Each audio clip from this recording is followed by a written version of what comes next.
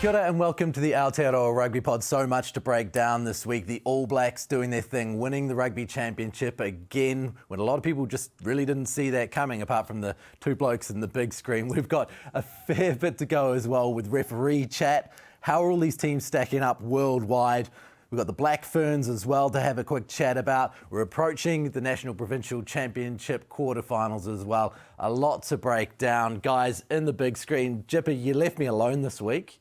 I even showered, so, you know, to make it a bit easier on you this time. Brenner as well over in Japan. Thanks for joining me, guys. Wow, the All Blacks, you both picked it. You both said they were going to win the Rugby Championship. You know, weeks and weeks ago, you were getting slayed in the comment section. And here we are. I'm just going to give you both a chance to say I told you so if you want to. Brenner, would you like to say it? Yeah, I was just going to, thankfully you said that, Ross, because I believe you actually had the Wallabies winning the Rugby Championship, I believe. Yeah, and I was pretty strong about it too from memory, so I'll take that on the chin because they didn't really come close in the end. You'll still remain the people's champion, Ross. Don't worry about that. I think I'll still get plenty of comments in my inbox, unsavoury comments, let's say. Yeah, it's true. Either way, it worked out well for the All Blacks. They made their changes. They brought in Joe Schmidt. They brought in Jason Ryan, and things started getting better. I mean, who's to know whether that is the absolute catalyst to what happened here? But Jipper, do you think that in the end, that was the difference within this championship for the All Blacks winning it?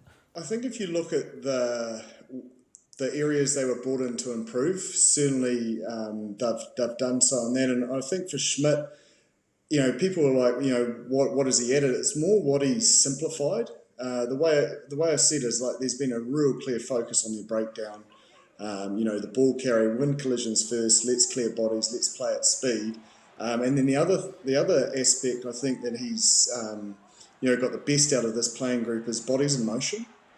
I just feel like it's that ability to be able to pull trigger 24/7. It's brought the best out of Richie. It's brought the best out of David Havili. Geordie Barrett is obviously a revelation as well. And I think, you know, Rieko Ioane at the moment is just on fire in the 13 jersey, but it's off the back of that clarity and focus around that breakdown for those men in numbers 1 to 8 that has been the big difference. It's given, I suppose, the backs the time and the ability to have the bodies in motion and manipulate defence and find the space that we've seen, particularly against the Wallabies last 2 weeks. I think, you know, attacking side, you know, we always talked about previously when we were losing test matches, we weren't able to give the likes of Rieko Ioane and even the likes of our outside backs to be able to influence games. And so, you know, having that bodies in motion, you even look at Will Jordan's try, you know, those kind of subtle changes around everybody being on the same role and being able to ask questions of the defence, which we didn't see a lot. But, you know, that started at the collision area and the breakdown. And so, you know, the last probably 3 test matches, we've seen a constant improvement in that. And that's probably where the game is at the moment. You've got to be able to win collisions and that efficiency at the breakdown. And so I think, you know, the only times we didn't get there right, we didn't adapt to the ref, and the changes of the ref is probably one thing that I'd like to think going into the Northern Hemisphere they might need to go and challenge, and probably be a good introduction to be for the Rugby World Cup to see how those refs ref games, because it is different. And then I think also the set piece defensively, the line out maul defense, you know, in the first part of the championship, you know, there were a lot of times that our maul was under pressure defensively. But, you know, with the likes of Jason Ryan coming in, you know, there hasn't been a line out maul that's been scored since he's been there.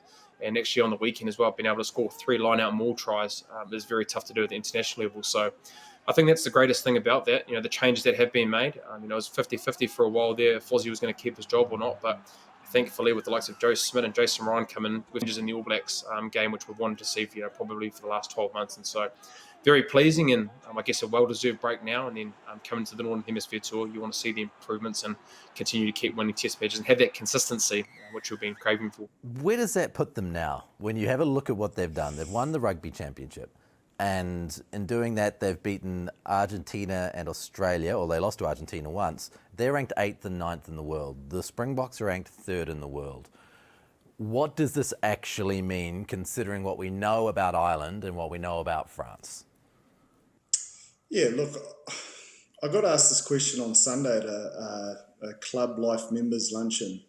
And I suppose for me, what I said is, I think it's a really dangerous spot for us to be in. I think it's really exciting.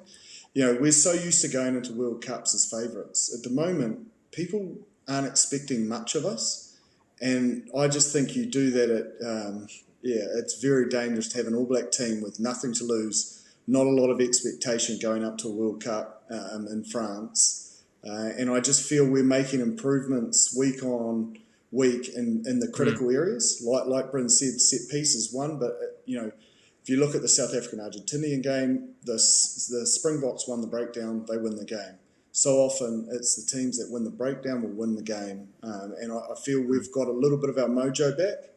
And I think we're in a good place. I genuinely do. And I like that the rest of the world isn't expecting much of us, because I think it will bring the best out of us in terms of that backs against the wall, nothing to lose mentality. What questions were answered for you, Bryn, maybe selection-wise during this series for the All Blacks? Because heading into the series, there were a lot of questions about the loose forwards, about who'll play 10.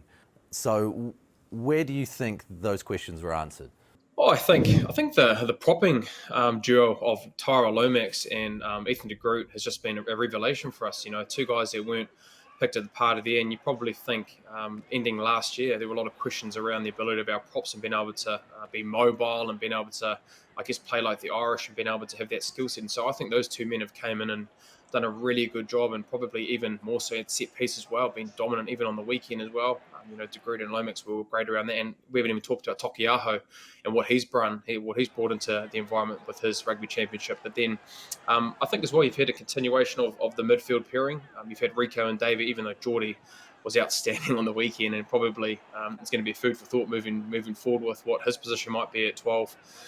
Getting that opportunity, but with the likes of Richie and Aaron and Davey being able to, implement a triple threat option. We've seen games and test matches that the kicking game has been really great, and being able to have that kind of attacking kicks or even long kicking. We've seen improvement in that. So, it's been a continuation having that combination of having those three together has been really good. And then I think also the loose forward trio. I think there's still a little bit of questions around that. I think with injury to Shannon Frizzell earlier in the season of the Rugby Championship, I probably think that number 6 role, it's still up for grabs in the Northern Hemisphere Tour, and then even moving forward for next year. But I think there has been a continuation of selection and being able to have that cohesion and being able to bring, some questions that we've had at the start of the year. But I think, our propping duos and our front row has been really good.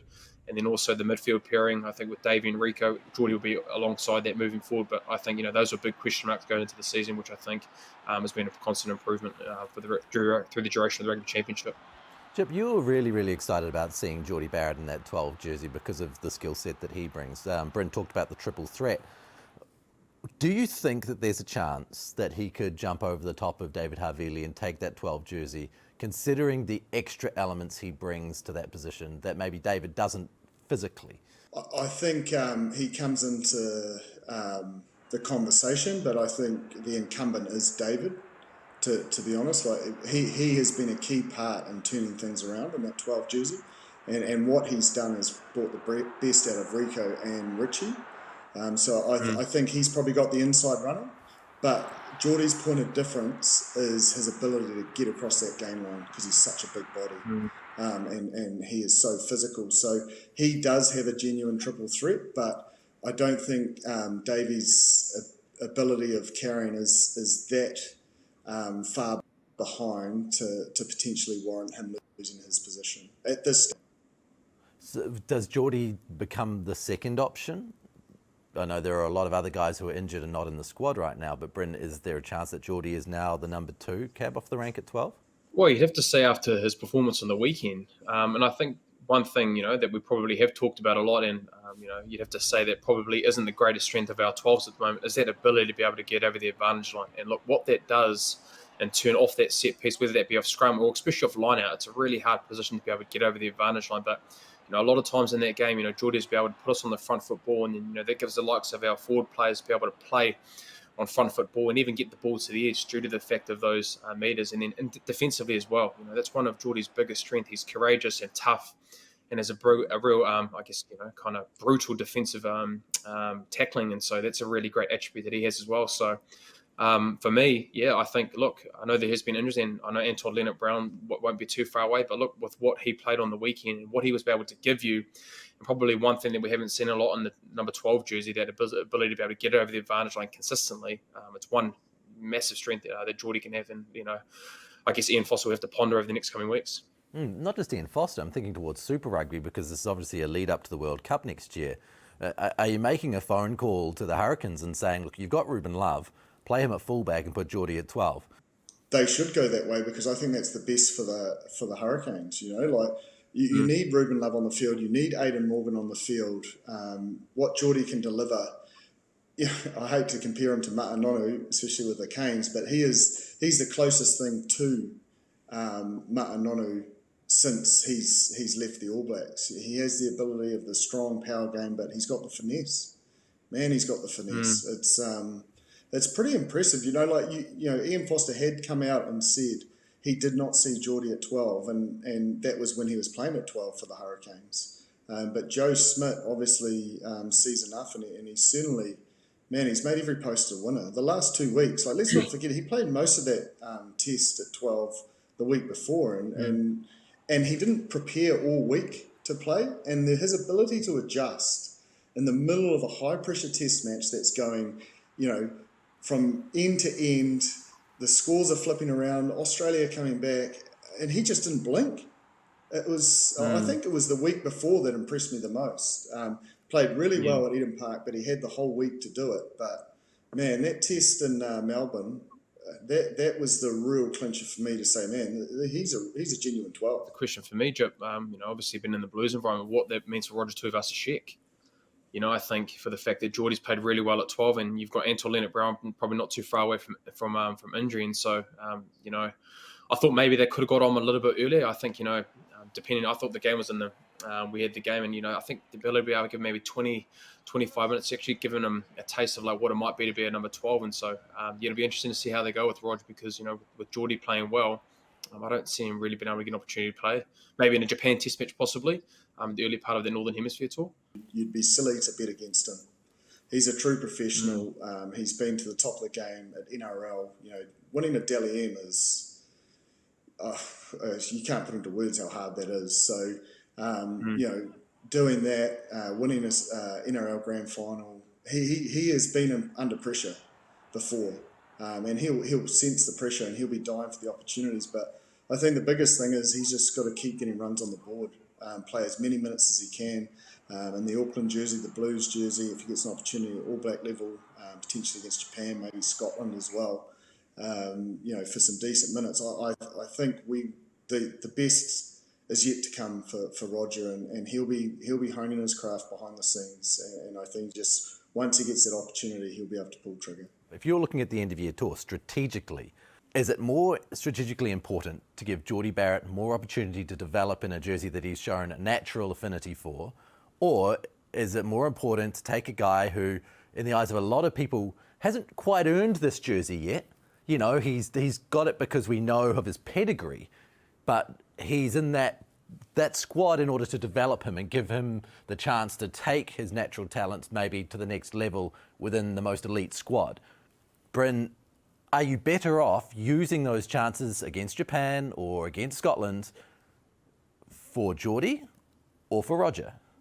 Well, again, we're not, privy to having the kind of thoughts around what they're going to be thinking. But I think what it has done, Geordie having the opportunity to perform well in 2 test matches, it gives him a position that, he can be seen as a 12. And I think, with David Havili coming back and you've got Anton Leonard-Brown who might be coming back, if there is injury, then, you do have that, I guess, the confidence that you can play Geordie. But for me, I think, the All Blacks have picked Roger based on the fact that they must see him as an option to be able to develop and have an influence or have the opportunity to possibly be at a Rugby World Cup. And so I think the important thing, he's been in that environment, been able to learn and I guess understand what it has to be an All Black. And let's not forget as well, he's only been one Super Rugby campaign. Didn't get an opportunity to play Bunnings NPC the year previous because of COVID. But for me, it's just been able to.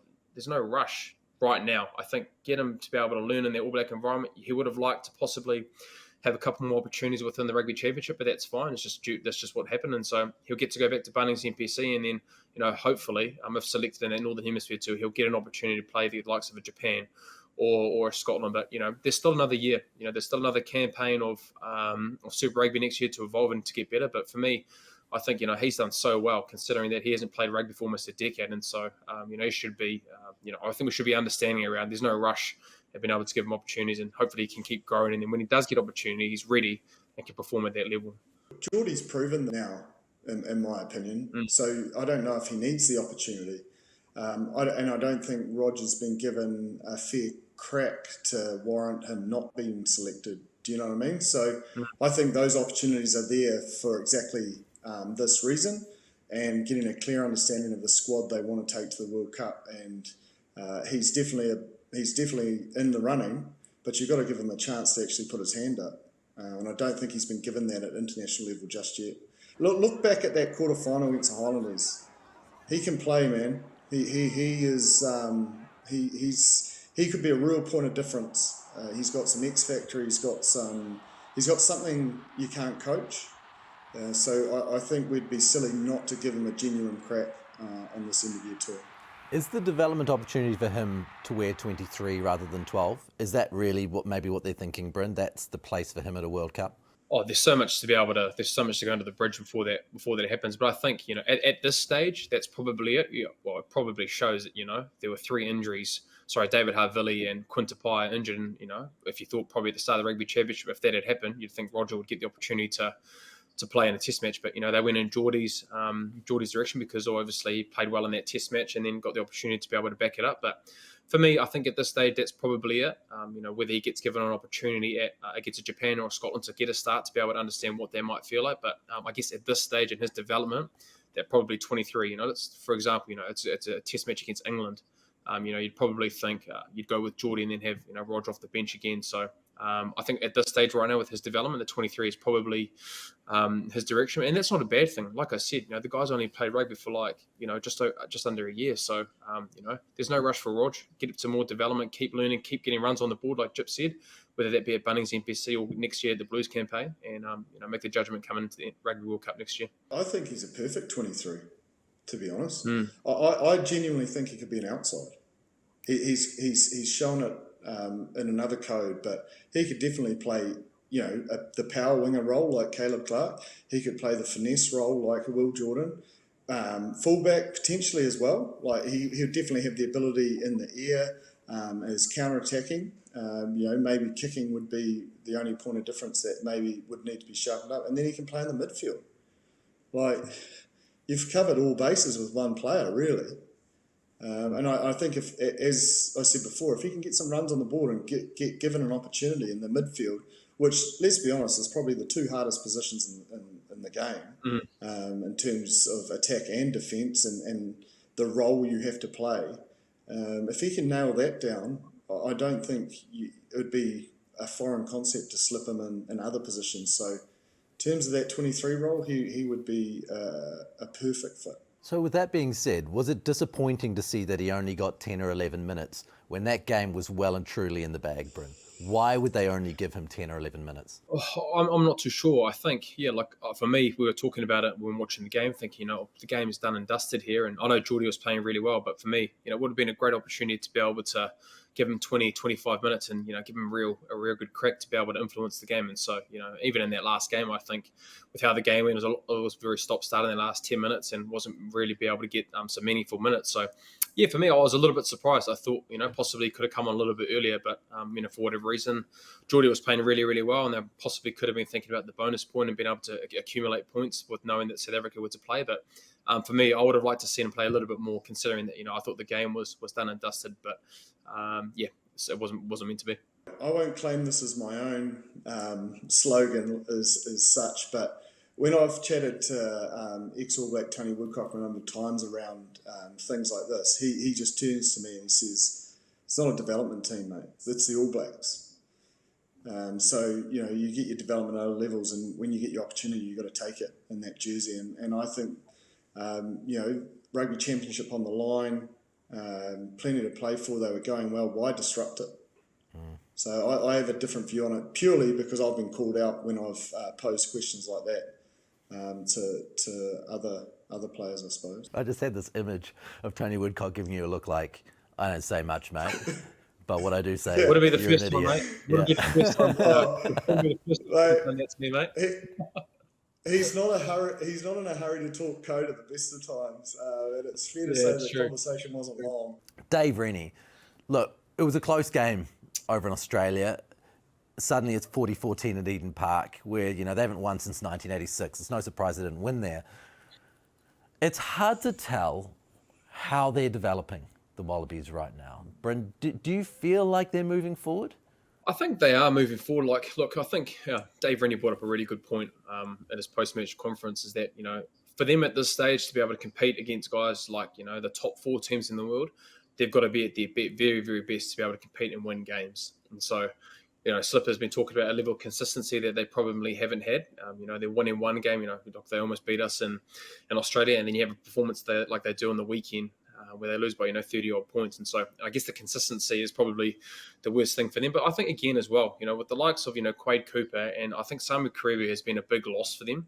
I think last year in that Rugby Championship, he was so pivotal in being able to, have great moments in Test matches, to be able to, win Test matches, or have positive moments in games where they probably just missed that this year. And you've got a lot of injuries at the moment in that team, and it's probably going to get even worse with those Japanese boys not being able to play in the Northern Hemisphere tour. So I think the end of year tour is probably going to be more of like a bloody, and being able to have more depth going into the 2023 World Cup. You'd probably have to think that's the direction they're going to go in. A lot of young guys are going to get given opportunities at that level, and they've got a brutal finish as well. I don't know, they're playing probably all the top teams in the world. So I guess for them, it's been able to be patient and been able to, have a more of a goal.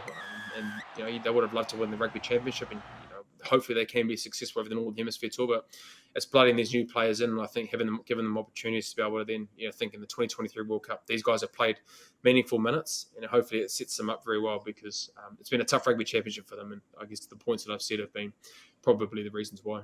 I certainly think they have. And on the fact that you've probably laboured a couple of times there, Bryn, is they're down to their 5th or 6th player in certain positions. Quite a lot of positions, to be honest, and they're still competing. They're in the fight, they're in the contest.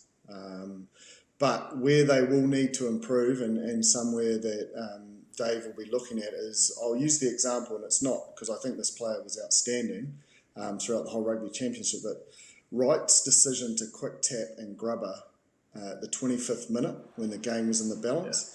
Yeah. Those are the opportunities you just can't you can't punt on, you can't gamble on. They needed to kick that to the corner and try and get some points on the board and turn the momentum. And I know he was trying to turn the momentum, but it's those little decisions that cost you against the top 4 sides in the world.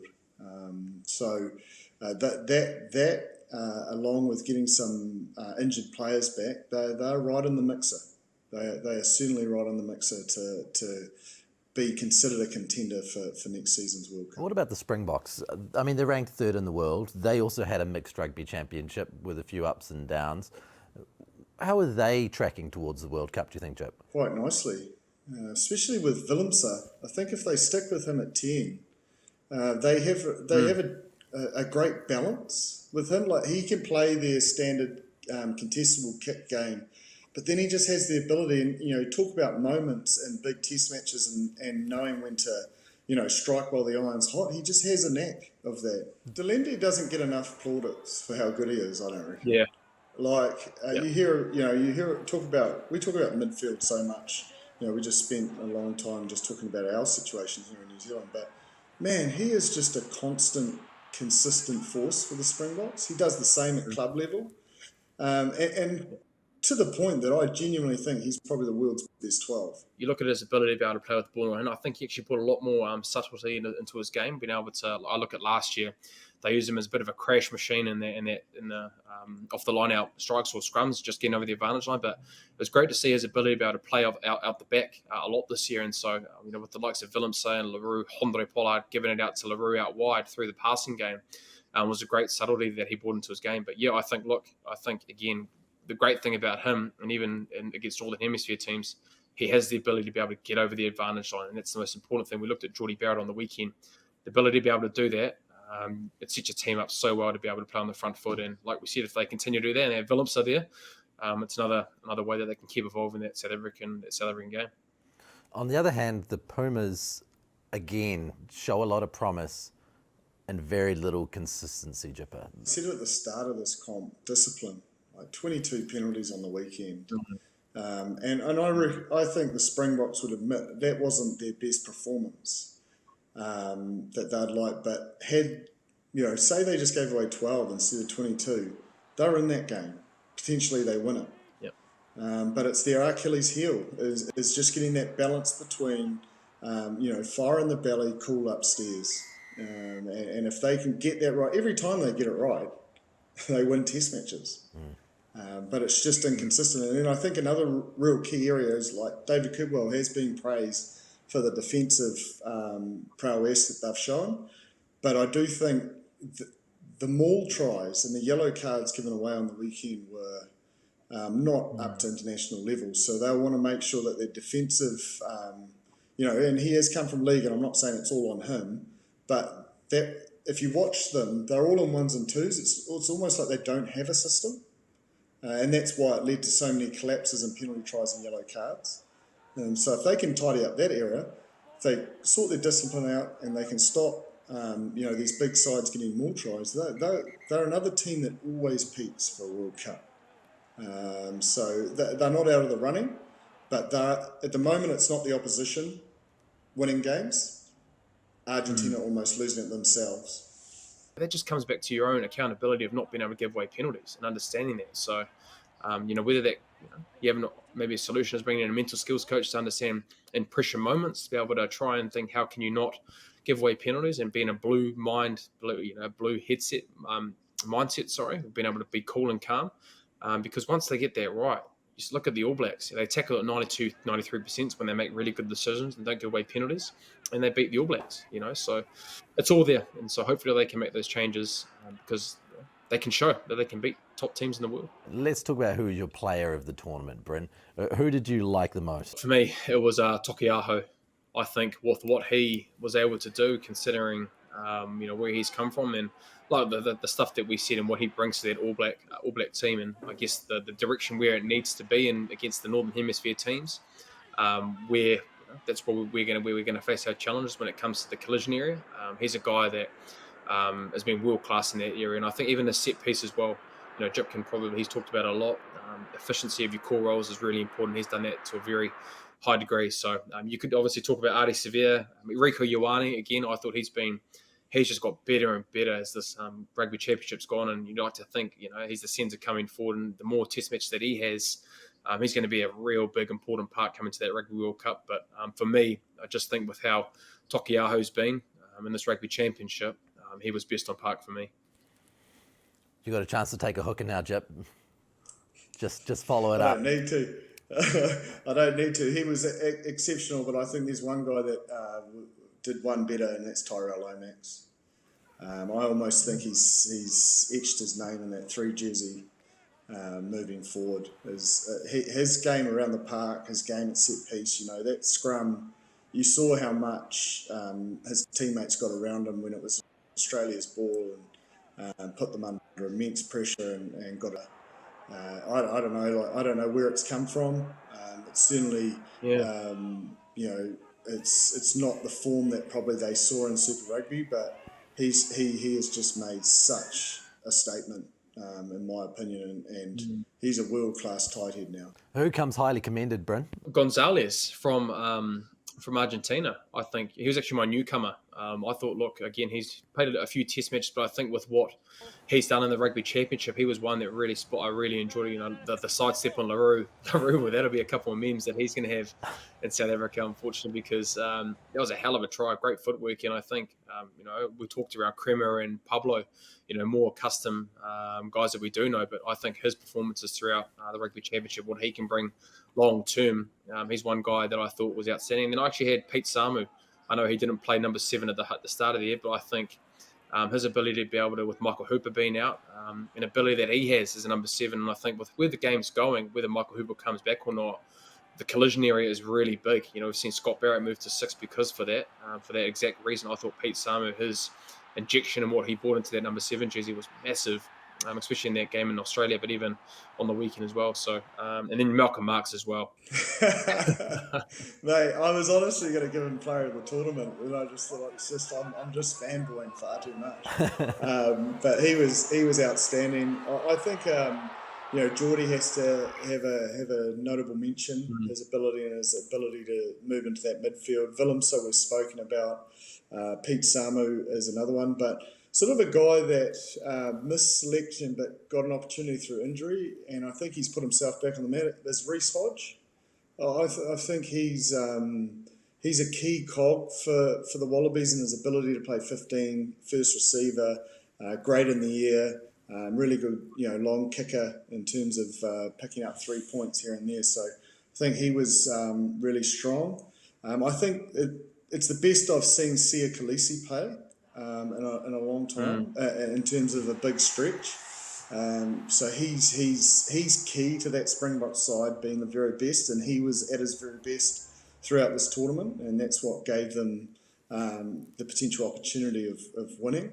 And then I'm interested on this from Bryn, but from my lens is Bertrano, the 9 for Argentina. He almost the form 9 of the comp, would you say? Yeah, it was between him and Hendrickse. I think, I thought considering, you've got Faf de Klerk, world class and World Cup winning 9, to be able to keep him, on the bench is testament to how well he's playing. But yeah, I love Bertrano. He's abrasive in contact when he does attack the line. He's got a great running game, and I was also impressed with his kicking game. Kubeli's in the squad. You predominantly think would be the better kicking 9, but I thought Bertrano with Karates as well. They've got a nice sort of combination going on with their kick game and opportunities that they can exert pressure through their kicking game. But yeah, he's one guy that I thoroughly enjoyed watching, and really looking forward to seeing his progression through the international stage, and even leading up to the Rugby World Cup with Karates as well, which is great to have a young 10 coming through. And you'd like to think those two guys will be really focal in Argentina for the next couple of years. One of the standout things from this tournament has been the emotion that's been brought out of the fans by the referees' decisions, and I suppose the laws that the referees have to adjudicate on. It seems like week in, week out, the comment section, on our comments on YouTube, are just lighting up. People are furious. And I don't know whether it's because that's the way the world is now, and you can be, red or blue politically, and it's all just, there's no grey area with anything anymore. But people seem to be absolutely irate with referees. And again on the weekend, we saw Ibn Etzebeth get yellow carded when he was pushing a player who was escorting a man going up in the air. So I suppose the question is twofold. One, let's start with the decision, and two, then let's talk about people's reactions and whether or not they just need to cool down about the refereeing stuff. So firstly, Ibn Etzebeth, Bryn, was that a yellow card? I don't think so. I think I've seen some pretty bad ones around. Like I think with the escorting and players have done that in the past. We actually do push them right into the person, and you can obviously take their legs and they can end up getting in a really bad situation. But for me, I thought it wasn't a yellow card, probably a penalty at best. But even then, it's arguable. But I think for me, it's just like it's going to get to a stage where we're going to be at a Rugby World Cup, and whether the refereeing style of different, because look, to be honest, different countries referee the game differently. And so for me, really, it's going to be a point now where I think it's going to be the best team that's able to adapt, and I guess in game being able to try and adapt to refs and how they're refereeing the game, because they're going to happen. Yellow cards, red cards, there's going to be calls in Rugby World Cups moving forward that are going to happen because with how the game is going, how it's officiated. Like, look, there were six yellow cards on the weekend with the South Africans and the Argentinians. So unfortunately, it just is where the game is at the moment. And I think, like I've said a couple of times previous on this, it's in game and being able to adapt to the ref that you have, and who can do that the best at the World Cup, I think is going to be really the best chance of winning it, because like you said, there is no grey area, and it seems like anything 50-50 or even like 60-40 is getting penalised, and there's yellow cards going left, right and centre in test matches, which is frustrating for viewers. I can only imagine. You like you said, Ross, it's frustrating to see when you're seeing lots of yellow cards coming in games. How do you fix it, Jip? Yeah, I suppose with the Etzebeth one, I struggled with it in the sense that it's almost rewarding negative play, because we all know what players are trying to do with the escorting. They're trying to provide a pocket for it to be not a contestable kick. So you can see where its frustration was. He was genuinely being blocked. I don't think the option is to push players into the guy in the air, because we all know that's going to end in tears. But giving a yellow card to Edsbeth almost rewards the player that's doing the blocking. So what you're saying there is, if I'm a player, I'm thinking as a player, I'd be like, okay, well if I do that and I do it well, I'm potentially going to give a non-contestable kick, and I could get a penalty and or yellow card if I do it really, really well. And that was the only concern I had with the call. I don't like, how do we change it? Is just accept that every game is going to be different. Like, I do want to come into bat for the referees, because I don't care if it's inconsistent week to week. I never did as a player. If it was inconsistent within that 80 minutes, definitely I had frustration. If you call it in the first minute, you call it in the 79th. It shouldn't be. But week to week, part of a player's strength, or part of being world class, is your ability to adjust to the ref.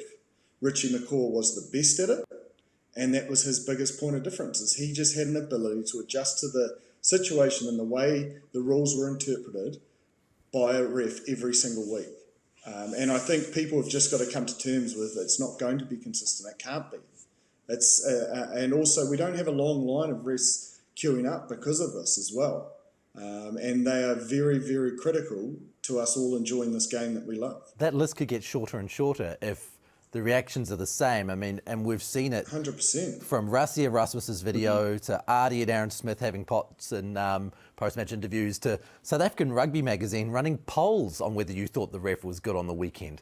These guys are under fire, Bryn. Yeah, they are, and I guess that's just part and parcel of where it is at the moment. I guess whether this will happen or not, probably won't. Like, you look at the ability of coaches, right? Coaches and players, when it comes to the media, they come out and speak around when they've made mistakes or done something wrong. You know, whether you guys might think differently, but for me, if it's a big corner test match and something is wrong and it's blatantly wrong, and they come out and actually say, you know what, we're at fault here, we got the decision wrong. For me as a player, it'd take a lot easier to be able to understand that and just say, oh, they've taken some accountability and responsibility here. Look, and whether that's the right decision or not, but for me, I'd love to see that some side of the refs being able to do that, because it shows accountability and shows that they are human and they're making mistakes. So you could be a little bit different around that, but I guess it's one area where I wouldn't mind seeing it come out. No, well, I've done some work with a number of the referees around Super Rugby Pacific and certain things we're looking at, and they actually just want their opportunity to explain. So why for them, they never get an after-match interview to say, oh, this is what I was thinking, this is how so they never actually get to control the narrative. They just get absolutely slated with no opportunity to say, this is actually what I was thinking, and this is actually the rule that it applies to. So I think the more, and I think they're up for it, well, certainly in this hemisphere, the refs are up for, potentially having a post-match interview and talking things through. And I think that could be a great addition to the game and understanding of the way the laws are applied in a referee's mindset. It's an interesting concept there. I think it was tried a few years ago, and then it's kind of went away, didn't it? They tried putting we've already got mics, but cameras on them and all sorts of things as well. I suppose the counter argument to that is that they get a really good chance to explain themselves, because they've got 14 cameras on them and a microphone, and whenever they make a big decision, we can hear the communications that they're having with their touchies and their TMO. So I suppose in hindsight, it's good to maybe go, do you think you got it right or wrong? But the actual explanation itself is well and truly out there. But I think as well, Ross, you think about like no different from players or coaches that come out, 1 day or 2 days later, you'd be able to review your game. And at that time, they might have thought, I made the right decision here. You go through all the kind of talks you had with your AR at the time, or your video analysis guy, video and TMO. But, come in 2 days later and say, you know what, through all the information that I've got, I made the wrong decision, and you own up for it. I could imagine a lot of those refs, like Jip said, would have the ability to be able to come out and say that and being able to, say, I got it wrong. And I guess as players or people, we'd be like, oh, we actually love hearing that and being able to hear a bit of accountability and, the fact that they do care and people make mistakes. Look, people make mistakes, and so I think it's a great avenue to be able to give them opportunity if they do feel they want to do that. It's a great way, you love hearing from coaches after post-match conferences or games and press conferences. So no different from ref. It's a big decision in a game. Imagine, after that Wallabies game. But whatever happened to you win some, you lose some. Over the period of a season, you'll cop some and it'll even itself out over time. From a fan's point of view and seeing the reactions, especially, maybe the Reynal decision on one hand, because that affected the winner and the loser of the game. But when you look at the reactions now, whether it's even Etzebeth's yellow card or Sam Whitelock's try or non-try, whether he was holding that ball, these are decisions that aren't affecting the winning and losing of the game. You win some, you lose some. Get over it. I think I like the engagement. If that's, I know that sounds strange, but our game is struggling a little bit. And if the more engagement we can have, positive or negative, it's a good thing for the game and it keeps it alive. That can be taken to the next level, because if the passion of the fans on particular topics is listened to, then the game can improve. And that's it. Those loud voices have to be listened to. It has to get into whatever World Rugby Committee that makes the decisions on these laws or how the laws are ruled on, and then we can move forward. We've got the engagement, now let's have the game that we want. Certainly, it's been a colourful one, I think, both on and off the field. I think that's been the best thing about this Rugby Championship. The story on the field and the story off the field are equally as interesting. Oh, there's been drama, mate. There's been drama as well. How good? Yeah. You just think we're in Fozzie for about 2-3 weeks. So there's been everything. Yeah. Now no one's talking about him. No, I know, and that's so funny. You just think pre the All Blacks going to South Africa, the pressure and the heat, and now for Fozzie to walk away with both trophies, you've got to tip your hat to him for the pressure that he was under, and he didn't blink at any stage either. Like he just fronted up. So I hope he's taking a well-deserved few days off before he focuses on the Northern tour, because man, he's earned it. You look forward to the World Cup, and in a hypothetical situation that the All Blacks were to win the World Cup, it'll be really interesting to see what the conversation about Ian Foster is. Is Ian Foster the heroic All Blacks World Cup winning coach? Or is Joe Schmidt the guy? What will that conversation be? Will people be like, well, you needed these two? Or will people be like, no, well, you did it. This is yours. This is your trophy. I know we've been at a stage where obviously it wasn't to the point where we've had a situation like Fozzie before. But, look back in 2009, when Graham Henry was the coach. He obviously lost the World Cup in 2007, 2009. I think we lost to South Africa 3 times. And then we come back and win the Rugby World Cup in 2011, and he's ended up being a knight, and he's got gigs left, right, and centre, winning that Rugby World Cup. So again, if it can be done, the great thing, there must be belief in that group now, and even us as Kiwis as well, because we've seen growth in the areas that we've wanted to see that we didn't see at the Northern Hemisphere tour. So you'd like to think that they'll keep improving and see the consistency, hopefully, at the back end of this season. It's always tough in the Northern Hemisphere. It's a long season for us and no different from when the Irish came down here to the back end of the year. But, winning 2 championships, Rugby Championship, and keeping the Bledisloe low, more importantly, you probably weren't saying that, Ross. You definitely weren't saying that, Ross. You were thinking Australia were going to win. So yeah, I don't think that was crazy either. Gee, he hasn't let you forget that, has he, Ross? At the time, he was like, hey. I still don't think it was a crazy call. Like at the time when you stacked it up, but things have changed somewhat, and they seem to change each week, and that's why it's hard not to be knee-jerk. Because in a championship where one week you're awful, the next week you're amazing, the next week you're awful, the next week you're amazing, like the All Blacks were, what are you supposed to think? Yeah, I think all sides went through that, didn't they? Like they'd front and they didn't front. And I think for the All Blacks in particular, I think their belief in themselves and what they're trying to achieve will be so much stronger coming out the other side of that pressure cooker. Because, man, it was intense. It was. We can draw some really serious parallels between the All Blacks and the Black Ferns right now. because the Black Ferns were in a very similar situation. They went over on their Northern Hemisphere tour. They lost to the English and the French women, and they lost badly. They weren't even in the game. Here we are. There's been some coaching changes. There's been some changes to approach culturally, and there's been some changes to the personnel. On the weekend, they beat Japan 95-12, which, should be relatively expected, a big victory, because the Japanese are ranked 13 in the world and they've never played each other before. You'd expect a big win. But they have made massive improvements. And where do you think, Bryn, they sit now heading into their World Cup, which starts on October 8th? It's only a few weeks away. Well, look, I think, we talk around Wayne Smith and the level of coaching that he's had. And I guess the biggest thing that, I'd love to see is, yes, sometimes you look at the Northern Hemisphere girls when they did play up there. Before that, they didn't have a lot of time together. Let's not forget that, there was COVID restrictions and they weren't able to play consistently. And so this is what happens when you're giving the girls opportunities to be able to play test matches and being able to work things out and have that, level of games every single week and being able to play. And so the improvements that I'd love to see is the ability that they're going to have to play against Northern Hemisphere teams. Is winning the breakdown area is going to be crucial and being able to get against the likes of England and France. But their attacking ability of how they've been able to play, whether it be through the tips, through contact, the ability to play out the back, the attacking kicks that we saw a little bit on the weekend, which I liked, that kind of involvement that Wayne Smith has brought into that group. And so it's all there for them. But I think, do they go in as favourites? I don't think so. England haven't lost a test match in how long, but the confidence that they should have in the improvements that they've made from their Northern Hemisphere tour has been great. And what I did like on the weekend is seeing the likes of those 7 girls come back and being able to influence in games. Portia Woodman,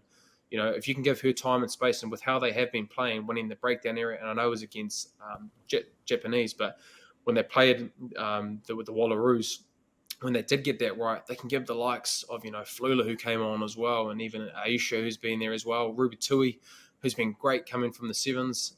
So it's all there. It's just been able, can they do it physically and set piece as well against the likes of England and France. But a great way of a great learning and great improvement from the Northern Hemisphere tour where they didn't perform at all.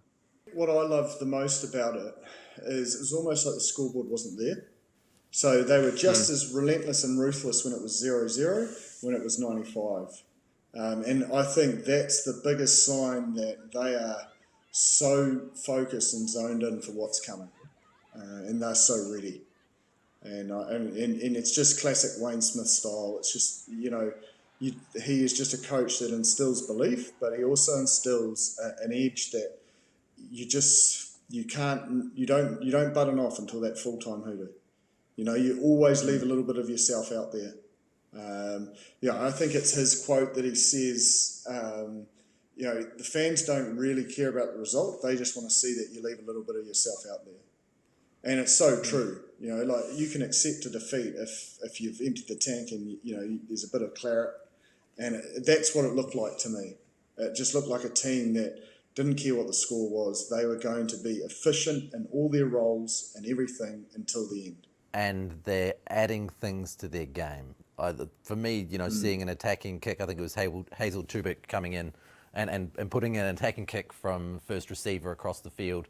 It's not something I think I've really seen from them in recent times. That's the Wayne Smith impact. And, as a player, I think, I look at my time as an example, when I was at the Blues, and I guess the attention to detail that at that stage, it's not like that ours now, but at that stage probably was lacking.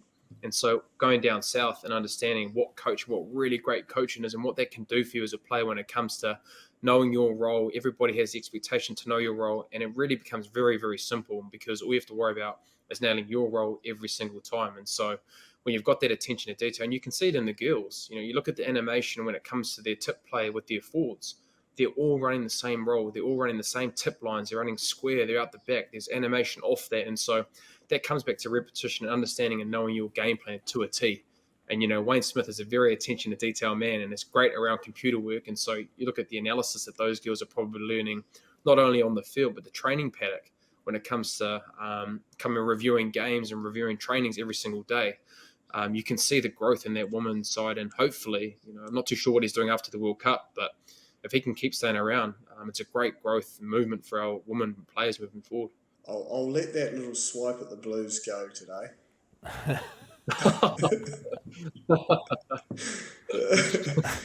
Just got winded from that sucker punch straight into the guts. This is my experience. Not like it now. That's if I was in studio, I'd storm out.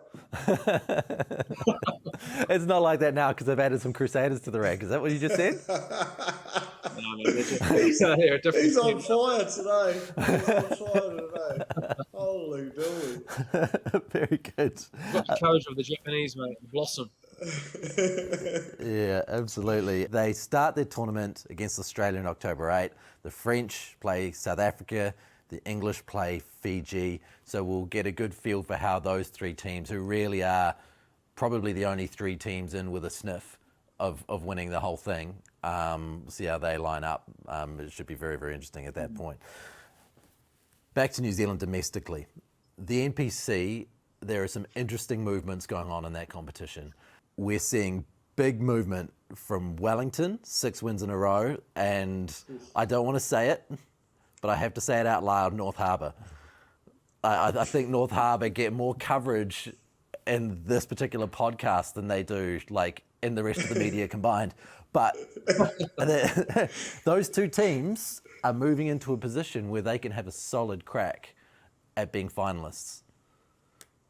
They're on a run, both sides. Like, I was seriously impressed. I spent a brief moment with the Waikato team last week before that Shield Challenge, and they were pretty confident going down there. They had every 100% fit squad to pick from, and I didn't see that result coming. But it's almost like the Shields brought the best out of Wellington. They they're unearthing some talent, but they've got some experienced guys in there that know how to win titles in Savia and TJ. So I think they're really looking hot for an opportunity, and I think the same with Harbour. They're just coming right at the same time.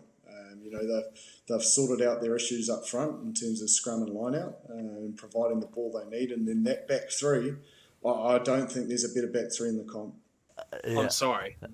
How can you not be happy with those guys? They're just, Tavita Lee. I wonder if he's staying in Japan or is he staying? Going back to Japan? He's funnily enough, he actually asked me the other day if he could be eligible for the All Blacks 15, and I said, well, if you don't go back to Japan, yeah, you can. But he's going back up there. But it'd be great if we could get him back in the super squad. That's for sure. Even like a Moana Pacifica, that'd be a great possibility if he come back and play for them. But yeah, I think we'd be foolish not to mention Canterbury. 38 points. Yeah. A big battle against Auckland. I don't know. It's theirs to lose at the moment. I think like Wellington are coming strong, so are Harbour, but if they get that home final, because they're probably going to end up with the most points, so if they get that home final, it will be hard. It's theirs to lose, as I say. Just like the Rugby Championship was Australia's to lose. So you're telling me there's a chance? He's looking at Formula Stage 3, mate. Yeah. Luckily, I'm not the one doing the tipping here, so it's probably you're right. You've been right until now. Yeah. That 2-0 call still haunts me about All Blacks going to South Africa. Yeah. we came back strong, Joe. We came back strong, mate. We did. Right, yeah, okay. Thanks, Bryn. Thanks, Chip. See you all again next week, and thank you very much for watching the Aotearoa Rugby pod. We'll see you again next weekend. Enjoy your footy this weekend. Come on, Harbour.